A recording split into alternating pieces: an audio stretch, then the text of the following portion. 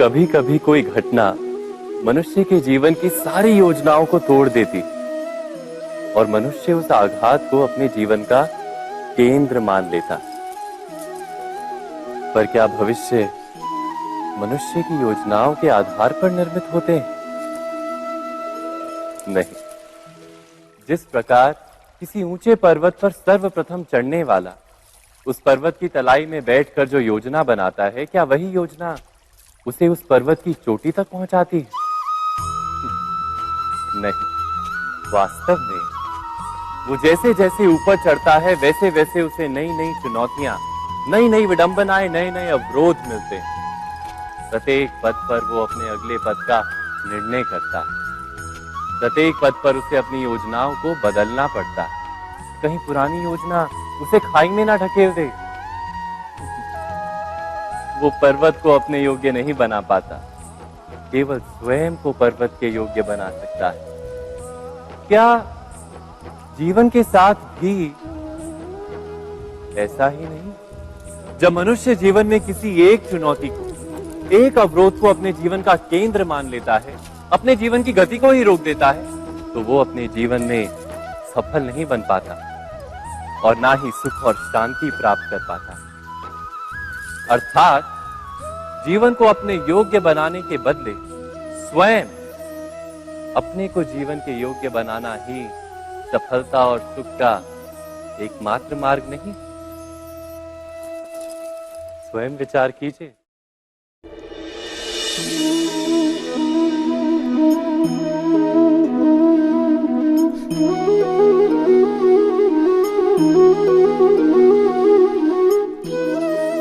जीवन का हर क्षण निर्णय का क्षण होता है। प्रत्येक पद पर दूसरे पद के विषय में कोई निर्णय करना ही पड़ता है और निर्णय अपना प्रभाव छोड़ जाता है। आज किए गए निर्णय भविष्य में सुख अथवा दुख निर्मित करते हैं, ना केवल अपने लिए, अपने परिवार के लिए भी, आने वाली पीढ़ियों के लिए भी। जब कोई दुविधा सामने आती है तो मन व्याकुल हो जाता है, अनिश्चय से भर जाता है। निर्णय का वो क्षण युद्ध बन जाता है और मन बन जाता है युद्ध भूमि। अधिकतर निर्णय हम दुविधा का उपाय करने के लिए नहीं, केवल मन को शांत करने के लिए लेते हैं। पर क्या कोई दौड़ते हुए भोजन कर सकता है? नहीं। तो क्या युद्ध से जूझता हुआ मन कोई योग्य निर्णय ले पाएगा? वास्तव में शांत मन से जब कोई निर्णय करता है तो अपने लिए सुखद भविष्य बनाता है। किंतु अपने मन को शांत करने के लिए जब कोई निर्णय करता है तो वो व्यक्ति भविष्य में अपने लिए कांटों भरा वृक्ष लगाता है। स्वयं विचार कीजिएगा।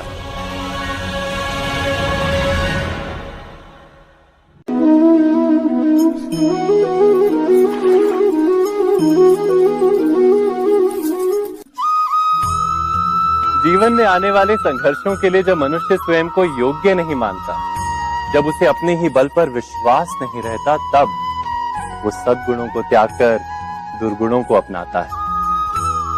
वस्तुतः मनुष्य के जीवन में दुर्जनता जन्म ही तब लेती है जब उसके अंतर में आत्मविश्वास नहीं होता। आत्मविश्वास ही अच्छाई को धारण करता है। ये आत्मविश्वास है क्या?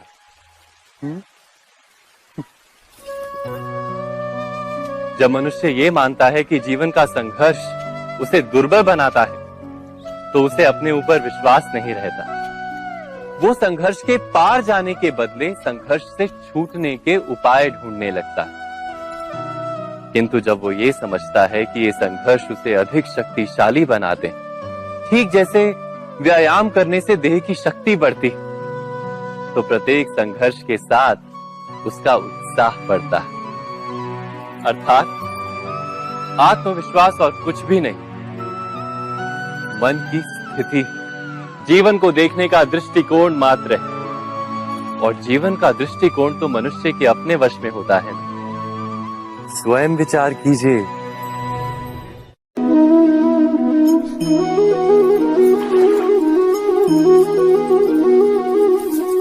पिता सदा ही अपने संतान के सुख की कामना करते, उनके भविष्य की चिंता करते रहते। इसी कारणवश सदा ही अपने संतानों के भविष्य का मार्ग स्वयं निश्चित करने का प्रयत्न करते रहते। जिस मार्ग पर पिता स्वयं चला है, जिस मार्ग के कंकर पत्थर को स्वयं देखा है, मार्ग की छाया, मार्ग की धूप को स्वयं जाना है, उसी मार्ग पर उसका पुत्र भी चले, यही इच्छा रहती है हर पिता की। निस्संदेह उत्तम भावना है ये, किंतु 3 प्रश्नों के ऊपर विचार करना हम भूल ही जाते हैं। कौन से प्रश्न? प्रथम प्रश्न, क्या समय के साथ प्रत्येक मार्ग बदल नहीं जाते? क्या समय सदा ही नई चुनौतियों को लेकर नहीं आता? तो फिर बीते हुए समय के अनुभव नई पीढ़ी को किस प्रकार लाभ दे सकते हैं? दूसरा प्रश्न, क्या प्रत्येक संतान अपने माता पिता की छवि होता है? हाँ, संतानों को संस्कार तो अवश्य माता पिता देते हैं, किंतु भीतर की क्षमता तो ईश्वर देते हैं। तो जिस मार्ग पर पिता को सफलता मिली है, विश्वास है कि उसी मार्ग पर उसकी संतानों को भी सफलता और सुख प्राप्त होगा। तीसरा प्रश्न, क्या जीवन के संघर्ष और चुनौतियां लाभकारी नहीं होती? क्या प्रत्येक नया प्रश्न एक नए उत्तर का द्वार नहीं खोलता? तो फिर संतानों को नए नए प्रश्नों, संघर्षों और चुनौतियों से दूर रखना, ये उनके लिए लाभ करना कहलाएगा या हानि पहुंचाना? अर्थात जिस प्रकार संतान के भविष्य का निर्माण करने के बदले उसके चरित्र का निर्माण करना श्रेष्ठ है, वैसे संतानों के जीवन का मार्ग निश्चित करने के बदले उन्हें नए संघर्षों के साथ जूझने के लिए मनोबल व ज्ञान देना अधिक लाभदायक नहीं होगा? स्वयं विचार कीजिए।